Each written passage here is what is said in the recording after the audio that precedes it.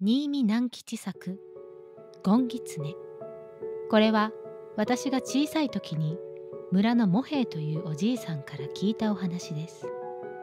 昔は私たちの村の近くの中山というところに小さなお城があって、中山様というお殿様がおられたそうです。その中山から少し離れた山の中にゴンギツネという狐がいました。ゴンは一りぼっちの小狐で、シダのいっぱい茂った森の中に穴を掘って住んでいました。そして夜でも昼でも辺りの村へ出てきていたずらばかりしました。畑へ入って芋を掘り散らしたり、菜種柄の干してあるのへ火をつけたり、百姓家の裏手に吊るしてあるとんがらしをむしり取っていったり、いろんなことをしました。ある秋のことでした。2、3日雨が降り続いたその間、ゴンは外へも出られなくて穴の中にしゃがんでいました。雨が上がると、ゴンはほっとして穴から這い出ました。空はカラッと晴れていて、モズの声がキーンキーン響いていました。ゴンは村の小川の包みまで出てきました。あたりのすすきの穂にはまだ雨の雫が光っていました。川はいつもは水が少ないのですが、3日もの雨で水がどっと増していました。ただの時は水に浸かることのない川べりのすすきや萩の株が黄色く濁った水に横倒しになって揉まれています。ゴンは川下の方へとぬかるみ道を歩いていきました。ふと見ると川の中に人がいて何かやっています。ゴンは見つからないようにそーっと草の深いところへ歩き寄って、そこからじーっと覗いてみました。氷柱だな、とゴンは思いました。氷柱はボロボロの黒い着物をまくし上げて、腰のところまで水に浸りながら、魚を取る張り切りという網をゆすぶっていました。鉢巻きをした顔の横っちょに、丸い萩の葉が一枚、大きなほくろみたいにへばりついていました。しばらくすると氷柱は、張り切り網の一番後ろの袋のようになったところを水の中から持ち上げました。その中には芝の根や草の葉や腐った小切れなどがごちゃごちゃ入っていましたが、でもところどころ白いものがキラキラ光っています。それは太いうなぎの腹や大きなキスの腹でした。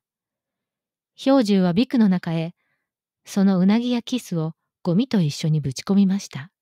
そしてまた袋の口を縛って水の中へ入れました。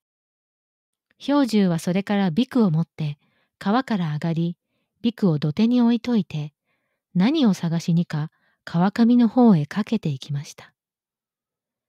氷柱がいなくなると、ゴンはぴょいっと草の中から飛び出して、ビクのそばへ駆けつけました。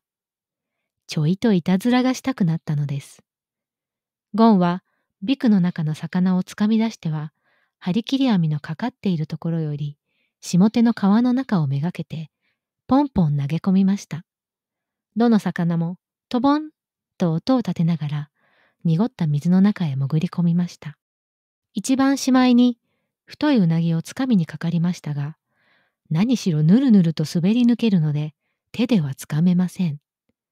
ゴンはじれったくなって、頭をビクの中に突っ込んで、うなぎの頭を口にくわえました。うなぎはキュッと言って、ゴンの首へ巻きつきました。その途端に氷柱が向こうから、わあ、ぬすっときすねめと怒鳴り立てました。ゴンはびっくりして飛び上がりました。うなぎを振り捨てて逃げようとしましたが、うなぎはゴンの首に巻きついたまま離れません。ゴンはそのまま横っ飛びに飛び出して一生懸命に逃げていきました。洞穴近くの藩の木の下で振り返ってみましたが、兵十は追っかけてはきませんでした。ゴンはほーっとしてうなぎの頭を噛み砕き、やっと外して穴の外の草の葉の上に乗せておきました。10日ほど経って、ゴンが安助というお百姓の家の裏を通りかかりますと、そこのイチジクの木の陰で安助の家内がお歯黒をつけていました。鍛冶屋のしんべヱの家の裏を通ると、しんべヱの家内が髪をすいていました。ゴンは、村に何かあるんだな、と思いました。なんだろう、秋祭りかな。祭りなら太鼓や笛の音がしそうなものだ。それに第一、お宮に上りが立つはずだが。こんなことを考えながらやってきますと、いつの間にか表に赤い井戸のある兵十の家の前へ来ました。その小さな壊れかけた家の中には大勢の人が集まっていました。よそ行きの着物を着て、腰に手ぬぐいを下げたりした女が、表のかまどで火を焚いています。大きな鍋の中では何かぐずぐず煮えていました。ああ、葬式だ。とゴンは思いました。兵十の家の誰が死んだんだろう。お昼が過ぎると、ゴンは村の墓地へ行って、六地蔵さんの陰に隠れていました。いいお天気で、遠く向こうにはお城の屋根瓦が光っています。墓地には彼岸花が赤い切れのように咲き続いていました。と、村の方から、カーン、カーンと鐘が鳴ってきました。葬式の出る合図です。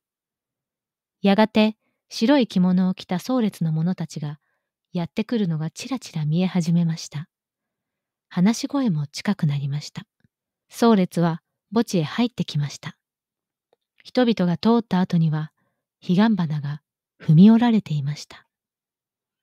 ゴンは伸び上がってみました。兵十が白い紙紐をつけて位牌を捧げています。いつもは赤いさつまいもみたいな元気のいい顔が、今日はなんだかしおれていました。ははん、死んだのは兵十のおっかあだ。ゴンはそう思いながら頭を引っ込めました。その晩ゴンは穴の中で考えました。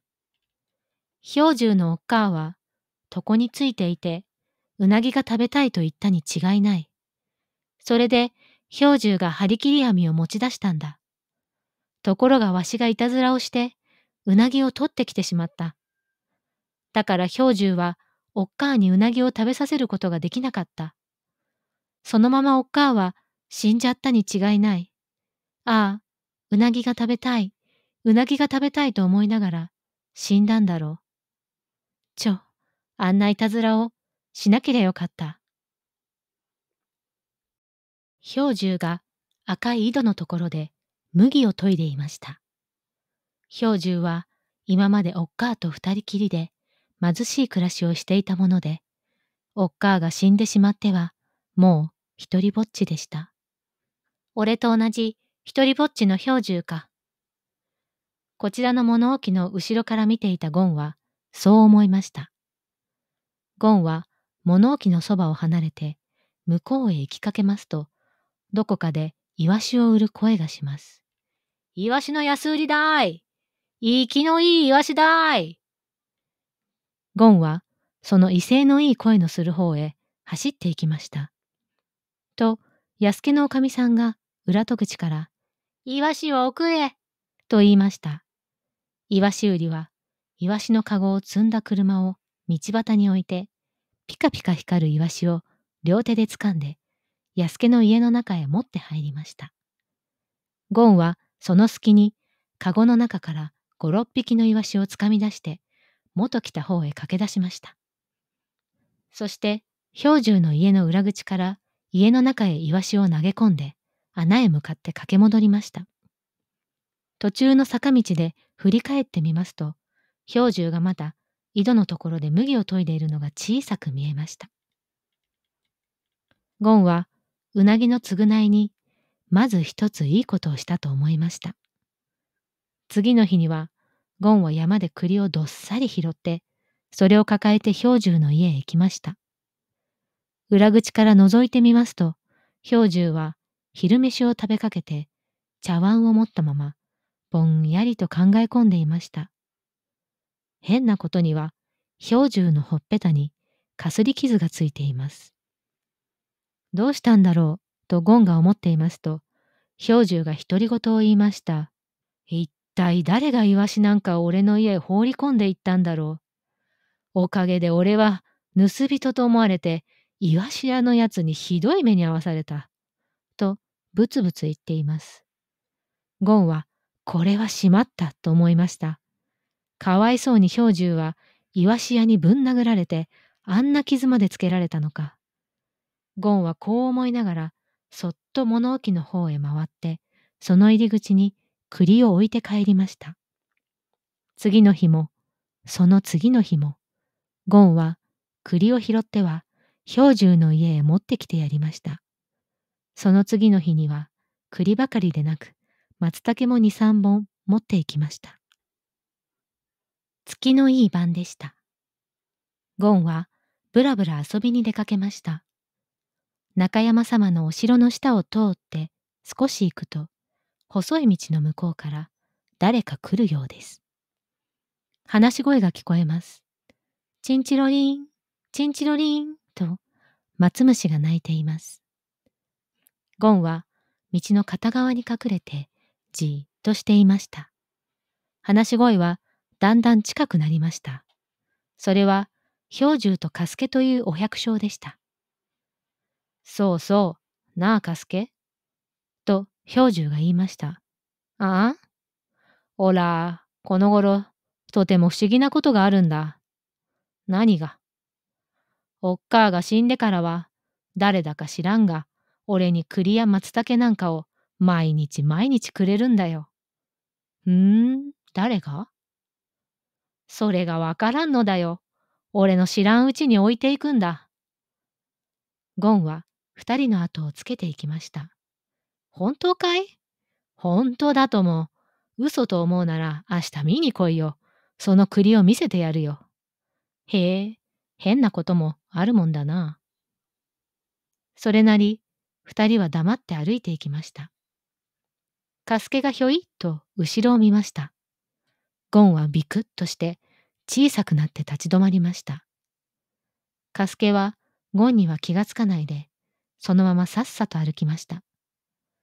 吉兵衛というお百姓の家まで来ると、二人はそこへ入っていきました。ポン、ポン、ポン、ポン、と木魚の音がしています。窓の障子に明かりがさしていて、大きな坊主頭が映って動いていました。ゴンは、お念仏があるんだな、と思いながら、井戸のそばにしゃがんでいました。しばらくすると、また3人ほど、人が連れ立って、吉兵衛の家へ入っていきました。お経を読む声が聞こえてきました。ゴンは、お念仏が済むまで、井戸のそばにしゃがんでいました。兵十とカスケは、また一緒に帰っていきます。ゴンは、二人の話を聞こうと思って、ついていきました。兵十の影帽子をふみふみ行きました。お城の前まで来たとき、カスケが言い出しました。さっきの話は、きっとそりゃあ、神様の仕業だぞ。え？と、兵十はびっくりして、カスケの顔を見ました。俺は、あれからずっと考えていたが、どうもそりゃ、人間じゃない。神様だ。神様が、お前がたった一人になったのを哀れに思わしゃって、いろんなものを恵んでくださるんだよ。そうかなあ。そうだとも。だから、毎日神様にお礼を言うがいいよ。ゴンは、へえ、こいつはつまらないな、と思いました。俺が栗や松茸を持って行ってやるのに、その俺にはお礼を言わないで、神様にお礼を言うんじゃ、俺は引き合わないな。そのあくる日も、ゴンは栗を持って兵十の家へ出かけました。兵十は物置で縄をなっていました。それでゴンは家の裏口からこっそり中へ入りました。その時兵十はふと顔を上げました。と、狐が家の中へ入ったではありませんか。こないだうなぎを盗みやがったあのゴンギツネめがまたいたずらをしに来たな。よーし。兵十は立ち上がって納屋にかけてある火縄銃を取って火薬を詰めました。そして足音を忍ばせて近寄って今戸口を出ようとするゴンをドンと撃ちました。ゴンはばたりと倒れました。兵十は駆け寄ってきました。家の中を見ると土間に栗が固めて置いてあるのが目につきました。おやと兵十はびっくりしてゴンに目を落としました。ゴン、お前だったのか。いつも栗をくれたのは。ゴンはぐったりと目をつぶったままうなずきました。